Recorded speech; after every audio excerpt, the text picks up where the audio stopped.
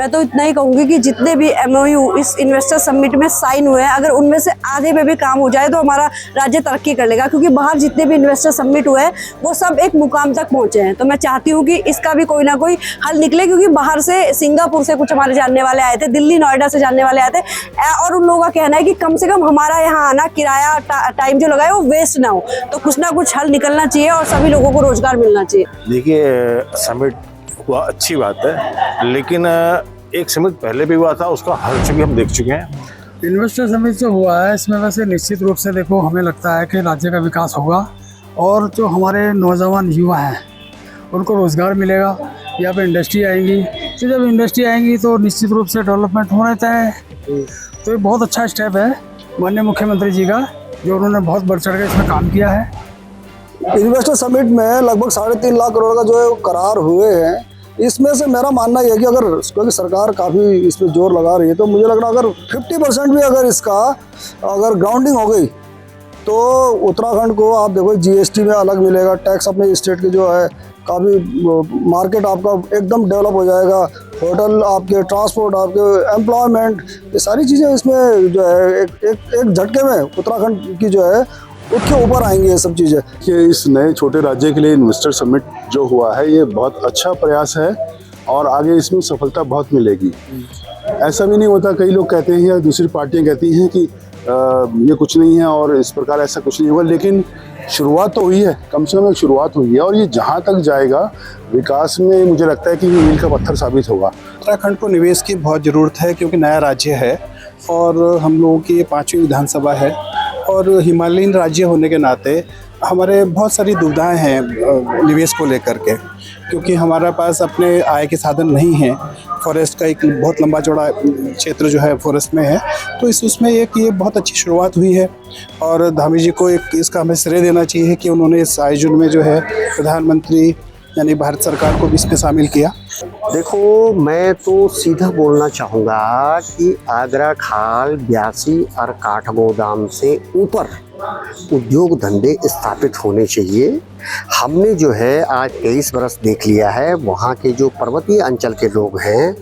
वो प्रतीक्षा कर रहे हैं कि यहाँ फैक्ट्री आए और बड़े बड़े मेडिकल कॉलेज हों और जो मेडिकल स्वास्थ्य के जो उपकरण हैं उनके संबंधित फैक्ट्रियाँ ऊपर लगे। अब तो हमारी रेल भी जा रही है, प्रधानमंत्री जी वहाँ कर्णप्रयाग तक रेल ले जा रहे हैं, तो जो हमारी यहाँ वस्तुएं जाएंगी वो आसानी हो जाएगा।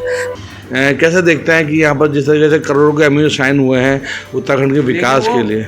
MOU में साइन होने के साथ साथ जो पुराने प्रोजेक्ट हैं उनको भी चालू करना चाहिए, जिससे कि मतलब हर किसी को रोजगार मिले। जी देखिए, मेरा ये मानना है कि जो इस प्रदेश के प्रति सोच और जो प्रेम माननीय प्रधानमंत्री जी का है, ये एक तरीके से हमारे लिए आप मान के चलिए कि ईश्वरीय आशीर्वाद। उन्हीं की प्रेरणा से माननीय मुख्यमंत्री जी का जो भागीरथी प्रयास उनके द्वारा किया गया है, हमें पूर्ण रूप से ये विश्वास है कि जब ये धरातल पे उतरेगा तो हमारे प्रदेश की जो एक पलायन की और बेरोजगारी की जो एक सुरसा के रूप में जो आप कह सकते हैं कि जिसने अपना मुंह फाड़ रखा है, उस पर लगाम लगेगी। देखिए, उत्तराखंड में जो ग्लोबल इन्वेस्टर समिट कराई गई है उसके लिए मैं सबसे पहले देश के प्रधानमंत्री और अपने राज्य के मुख्यमंत्री पुष्कर सिंह धामी को बहुत बहुत धन्यवाद देना चाहता हूं कि पहली बार ये राज्य में एक इतना बड़ा इन्वेस्टर समिट करा गया। बिजनेसमैन यहाँ पर देश विदेश के लोग यहाँ पर आए और उत्तराखंड के विषय में उनको जानकारी दी गई, किस प्रकार से उत्तराखंड का में उनको यहाँ पर प्लेटफॉर्म मिल सकता है और किस प्रकार से उनको यहाँ पर सरकार सुविधाएं यहाँ पर दे सकती है। और साथ में मैं इसके लिए माननीय प्रधानमंत्री और मुख्यमंत्री को फिर से धन्यवाद। ये समिट बहुत बड़ा कदम है उत्तराखंड के विकास के लिए, बेरोजगारी दूर करने के लिए और उद्योग धंधों के यहाँ पर विकसित होने के लिए, और मैं समझता हूँ कि इससे बहुत भारी लाभ उत्तराखंड की जनता को मिलने वाला है। मैं प्रधानमंत्री माननीय नरेंद्र मोदी और मुख्यमंत्री माननीय का भी हार्दिक आभार व्यक्त करता हूं कि उनके प्रयासों से ये बहुत बड़ा कदम यहाँ पर उत्तराखंड के विकास के लिए लिया गया। बिल्कुल, यहाँ के युवाओं को दो तरह से फायदा है। एक तो युवाओं को जो उद्योग लगेंगे उसमें रोजगार भी मिलेगा और जो युवा यहाँ के तकनीकी रूप से सक्षम हो अपने उद्योग भी लगाएंगे, क्योंकि यहाँ के युवाओं के अंदर ये सोच ज़्यादा है कि साहब रोजगार करना है तो नौकरी करनी है, लेकिन ऐसा नहीं है, अच्छे एंटरप्रेनर भी हैं जिन्होंने विदेशों में झंडे गाड़े हैं, अपने उद्योग विदेशों में स्थापित किए हैं, चाहे वो सूचना तकनीकी क्षेत्र हो या आईटी का क्षेत्र हो, एआई का क्षेत्र हो, लेकिन उनको एक माहौल नहीं मिल पा रहा था। तो मुख्यमंत्री धामी जी ने वो माहौल उनको उपलब्ध कराया ताकि वो अपने उद्योग भी लगाएं और अपने लोगों को रोजगार भी दें और अपना पलायन भी रोकें, अपने घर को भी देखें, अपनी ज़मीन को भी देखें और अपने प्रदेश का भी जो है नाम ऊँचा करें। ये इस मायने में इन्वेस्टर समिट जो है कई चीज़ से सफल है और आने वाले समय में इसका बहुत अच्छा रिजल्ट दिखाई देगा। मोदी जी और पुष्कर सिंह धामी जी के नेतृत्व में जो कार्य हो रहे हैं वो अभी तक सभी सराहनीय है ना। ग्लोबल वाला जो कार्य माननीय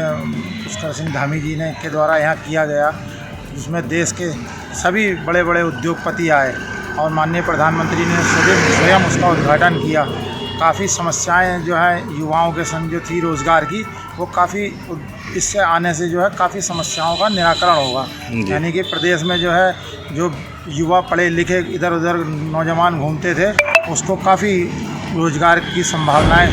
मिलेंगी। रूप से इस इन्वेस्टर समिट से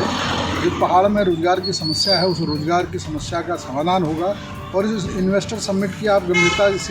इसी बात से लगा सकते हैं, जहां माननीय मुख्यमंत्री जी ने देश के विभिन्न नगरों में जाकर